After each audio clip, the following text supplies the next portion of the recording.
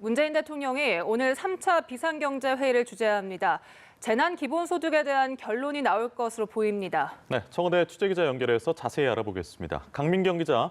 네, 청와대입니다. 지자체별로 시행 중인 재난 기본소득. 오늘 중앙정부 차원의 결론이 추가로 나올 예정입니다. 이름은 긴급재난지원금이 될 가능성이 높고요. 기본소득이 추구하는 방향과는 좀 달리 범위를 넓힌 선별 지급으로 최종 결론이 나올 전망입니다. 확정은 안 됐지만 국민의 70% 정도에게 지급될 거란 전망이 우세합니다. 금액은 1인당 50만 원을 지급해야 한다는 안에서 최대 100만 원까지로 폭을 넓히자는 의견까지 나온 상태입니다. 인원수가 많은 가구에게 더 많은 돈을 주자는 이야기도 나오고 있습니다.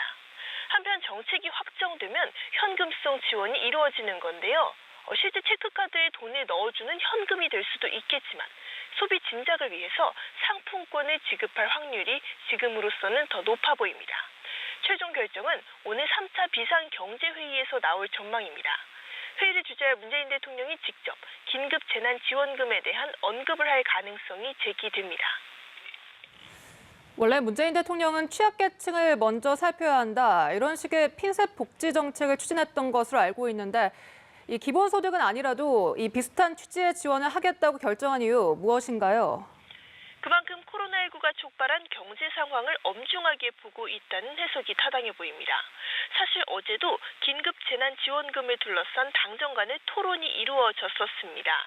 여기서도 의견 여전히 갈렸습니다.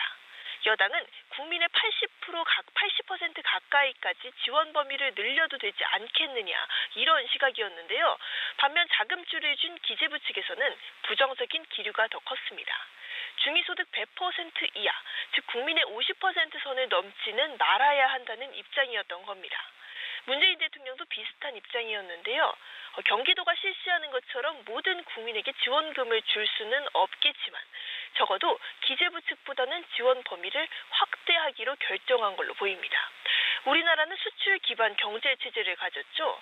지금처럼 코로나19가 전 세계로 퍼진 현 상황에서는 경제 침체까지도 염두에 둘 수밖에 없다는 인식 아래 현금성 지원 결단을 내렸다고 볼 수 있겠습니다. 지금까지 청와대에서 연합뉴스TV 강민경입니다.